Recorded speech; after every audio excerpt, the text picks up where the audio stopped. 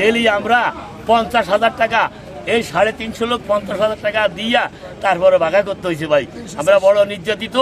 এখন দেশ স্বাধীন হয়েছে, এখনো কিন্তু তাই। এখন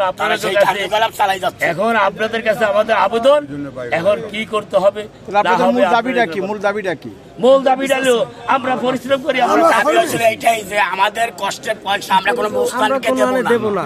এই গেল কোন দল এবং কোন নেতা শ্রমিকের কাছে চলবে না। এইভাবে আমরা থাকতে চাই। এই বিচারটা আপনাদের কাছে আমরা চাই, যাতে আমাকে কষ্টের টাকা কোন নেতা দিনে না নিতে পারে।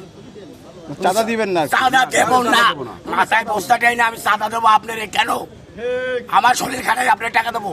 এটা হইতে পারে না, এটা কেউ আমরা মানি না। সেই কারণে আমরা আপনাদের কাছে এইটুকুই আমরা আবেদন করি, যেহেতু এই চাঁদাবাজদের বিচারটা সঠিকভাবে আমরা চাই। এই কিছুদিন আগে 4-5 দিন ধরে শুনি যে হুমকি ধামকি শাহিন, ওই রহমান, তারপরে এরা এই যারা কিছু এরা বিভিন্ন ধরনের হুমকি ধামকি দিচ্ছে। অমুকে বাজারে ঢুকতে দেবে না, তমুকে বাজারে ঢুকতে দেবে না। হ্যাঁ, তাদের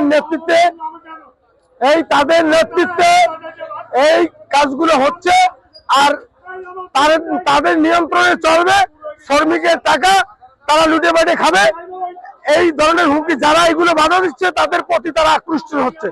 এরা মাঝে মাঝে এসে এগুলো করতে সরকারে আনতো, আমি এগুলো আমার ভয়ভীতি দেওয়া হয়েছে, তুমি আবার টাকা পয়সা দাও, তুমি আবার টাকা পয়সা দাও। আমরা বলছি আমরা টাকা দেবো না। আর আপনার এই 17 বছর আমরা ওদের শোষণ করে রাখছেন, এত টাকা নিয়ে আমাকে খাইছেন। প্রতিদিন আমাকে পরিশ্রমের টাকা আমরা ভাগ করার আগে আমরা 10,000 12,000 ভাগ করি, আলাদা করে থুইয়া এরপরে ভাগা করা লাগছে। এরপরে ভাগা 3 সেট দিয়া। তো এই সমস্ত আমরা দিতে পারবো না।